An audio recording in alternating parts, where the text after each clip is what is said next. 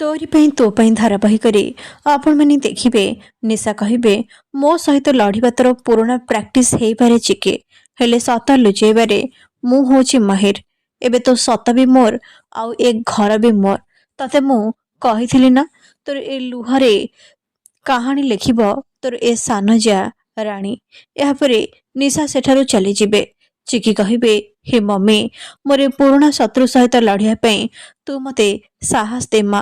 ମୁଁ ଜାଣିଛି ଏସବୁ ଯାହା ବି କିଛି ହଉଛି ସବୁ କିଛି ଭୁଲ ହଉଛି, ହେଲେ ମୁଁ କିଛି ବି କରିପାରୁନି କାହିଁକି ନା ସେ ରୁହି ପୁଣି ଥରେ ଫେରି ଆସିବା ଶୁଣି ମୁଁ କଣ ଯେ କରିବି କିଛି ବି ବୁଝିପାରୁନି।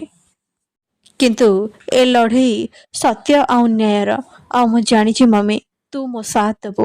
ଏଥର ରୁହି ହଉ କି ନିଶା ତାକୁ ହାରିବାକୁ ହିଁ ହବ। ଏପଟେ ଦେବୀ କହିବେ କହିଥିଲି ନା ଭକ୍ତି ମନର ଭାବନା, ତା ମନରେ ଥିବା ସ୍ୱଚ୍ଛତା ଆଉ ଶକ୍ତି ତା ମନରେ ଥିବା ଛଳନାକୁ ଜିତିବାକୁ ଦବନି। ଅଲକ୍ଷ୍ମୀ କହିବେ ସେମିତି କେବେ ବି ହବନି। ଆରେ ତୁ କଣ କେହି କିଛି ବି କରିପାରିବେନି। ନିଶା ମନରେ ଥିବା ଘୃଣା ତୋ ଭକ୍ତ ଚିକିକୁ ନିଶ୍ଚୟ ହରେଇବ। ଆଉ ତୁ ଦେଖିଲୁନି କେମିତି ସେ ଆଜି ଜିତିଗଲା, ଆଉ ତୁ ପଥର ଭଳିଆ ଏଇଠି ଛିଡ଼ା ହେଇକି କିଛି ବି କରିପାରିଲୁନି।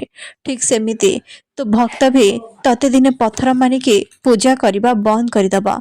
ଦେବୀ କହିବେ କିଏ ଜାଣିଛି କେତେବେଳେ କଣ ହବ, ହୁଏତ ତୋ ଛଳନା ଆଉ ତୋର ସେ ଭକ୍ତ ମୋ ପାଦ ତଳେ ବି ପଡ଼ିପାରେ।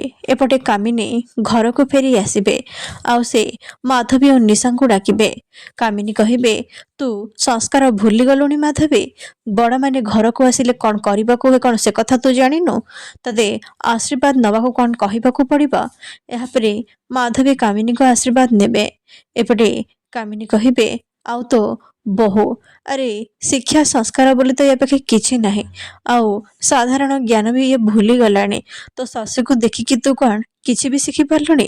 ସେଠି ଖୁଣ୍ଟଟା ଭଳିଆ ଛିଡ଼ା ହେଇଛୁ କଣ? ତତେ କଣ ସ୍ପେଶାଲ ଇନଭିଟେସନ ଦେବି ଆଶୀର୍ବାଦ ନେବାକୁ? ଏହାପରେ ନନ୍ଦୁ ଆସି ନିଶାଙ୍କୁ ଧକ୍କା ଦେବେ ଆଉ ସେ ଯାଇ କାମିନୀଙ୍କ ପାଦ ତଳେ ପଡ଼ିଯିବେ।